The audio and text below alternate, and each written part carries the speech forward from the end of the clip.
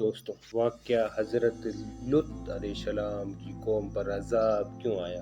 حضرت لط علیہ السلام جس قوم کی طرف بھیجے گئے وہ بہت خوشحال تھی، ان کی بستیاں بہت آباد تھی، لیکن یہ قوم برائی میں ڈوبی ہوئی تھی۔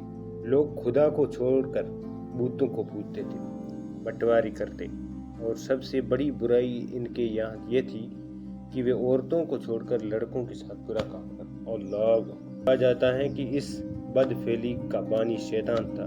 جب اس نے چاہا کہ قوم میں یہ برائی پھیلے تو اس نے ایک عجیب ترکیب سے کام لیا۔ ابلیس ایک خوبصورت لڑکے کی شکل میں ایک باغ میں آتا ہے اور ہمیشہ اس پھل پھولوں کو نقصان پہنچاتا۔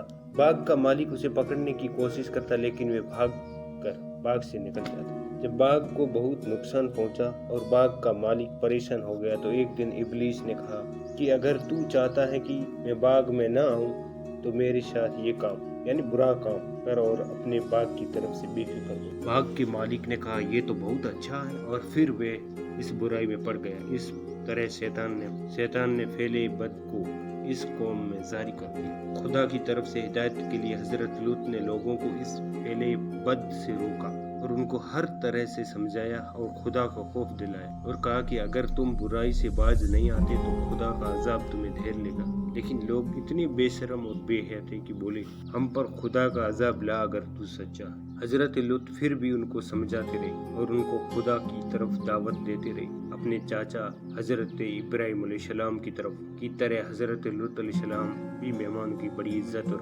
خدمت کرتے تھے۔ جب حضرت لوط کی قوم کی برائی حد سے زیادہ بڑھ گئی تو خدا نے اس قوم کو مٹا دینے کا فیصلہ کر لیا۔ کچھ فرشتے حسین اور خوبصورت لڑکوں کی شکل میں حضرت لوط علیہ السلام کے سامنے آئے۔ حضرت لوط علیہ السلام کو سخت پریشانی ہوئی کیونکہ وہ اپنی قوم کی عادت سے واقف تھے، اس لیے مہمانوں کے آنے سے بہت رنجیدہ ہوئے۔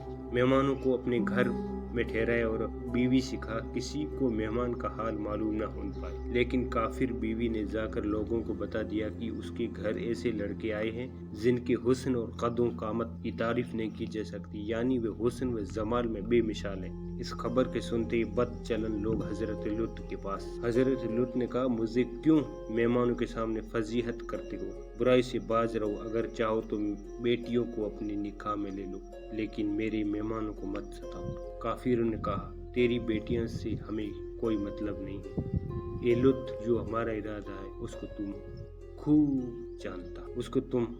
جانتا ہے۔ فرشتوں نے جب دیکھا کہ حضرت لوط بہت پریشان ہے تو خاموشی سے ان سے کہا آپ بے خوف رہیے، ہم خدا کے فرشتے ہیں، یہ لوگ کچھ بھی نقصان نہیں پہنچا۔ حضرت جبریل نے دروازے سے نکل کر اپنے پروں کی ہوا لوگوں کی آنکھوں میں لگائی، وہ اندھے ہو کر گرتے پڑے، گھروں کو بھاگے۔ حضرت لوط کو حکم دیا کہ وہ بستی چھوڑ دے اور پیچھے لوٹ کر نہ دیکھے۔ حضرت لوط علیہ السلام کو اللہ تعالیٰ نے عذاب سے بچا لیا۔ حضرت لوط کی بیوی اور کافر قوم تباہ اور برباد ہو گئی۔ خدا نے بستی کو تل پٹ کر دیا۔ اس قوم پر خدا نے پتھروں کی بارش کی اور اس کا دنیا میں کوئی نام و نشان باقی نہ رہا۔ حضرت لوط علیہ السلام اپنے چچا حضرت ابراہیم علیہ السلام کے پاس چلے گئے